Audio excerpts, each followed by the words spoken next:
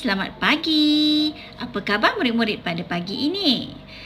Baiklah, hari ini kita akan sambung pelajaran kita menggunakan buku Bahasa Melayu Aktiviti Jilid 2, muka surat 21. Murid-murid sudah bersedia?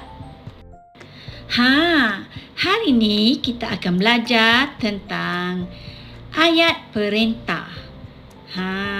Murid-murid tahu apa itu ayat perintah? Mari kita lihat.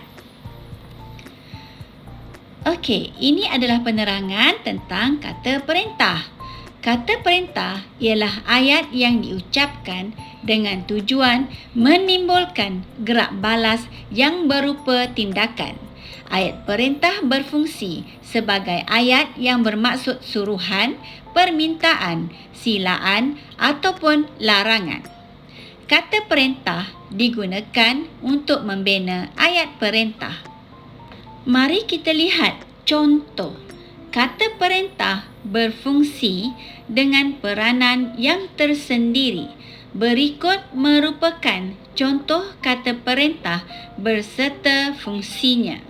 Okey, kalau murid-murid lihat pada kotak ataupun jadual tersebut, ada ruang fungsi dan kata perintah. Untuk kata perintah suruhan, biasanya kita akan menggunakan perkataan tolong. Tolong padamkan papan putih itu. Kemudian, untuk kata perintah permintaan, kita biasanya menggunakan perkataan minta ataupun harap. Okey, murid-murid. Kata perintah silaan. Okey, kita akan menggunakan perkataan sila ataupun jemput. Contohnya, sila masuk, sila makan. Okey, akhir sekali kata perintah larangan, kita akan menggunakan perkataan jangan ataupun usah. Seperti contoh, jangan bising, jangan makan. Baiklah murid-murid, ini penerangan tentang ayat perintah. Ayat suruhan untuk memberi perintah atau arahan. Ayat larangan untuk menegah seseorang melakukan sesuatu. Manakala ayat permintaan untuk membuat permintaan atau meminta pertolongan. Ayat silaan pula untuk menjemput atau mempersilakan seseorang. Sila buka muka surat 21, buku aktiviti jilid 2. Murid-murid dapat lihat di situ aktiviti 5, bina ayat perintah berdasarkan respon yang diberikan. Bubur pulut hitam. Alia sedang membantu ibunya memasak bubur pulut hitam. Juadah tradisional yang enak dinikmati pada waktu petang. Mari kita lihat ayat perintah yang pertama, iaitu ayat permintaan. Berdasarkan respon yang pertama, baiklah ibu, saya akan merebus pulut hitam. Apakah ayat permintaan yang sesuai diletakkan di sini? Mari kita lihat jawapannya. Ya, Alia, tolong rebus pulut hitam. Respon yang kedua. Ya, ibu, saya akan memasukkan daun pandan. Agak-agaknya apakah ayat suruhan ibu?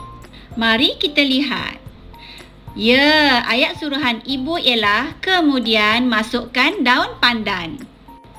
Seterusnya, kita lihat respon yang ketiga, 4, 5 dan 6. Okey, mari kita lihat jawapan-jawapannya. Jangan lupa masukkan santan cair dahulu. Okey, itu ayat larangan.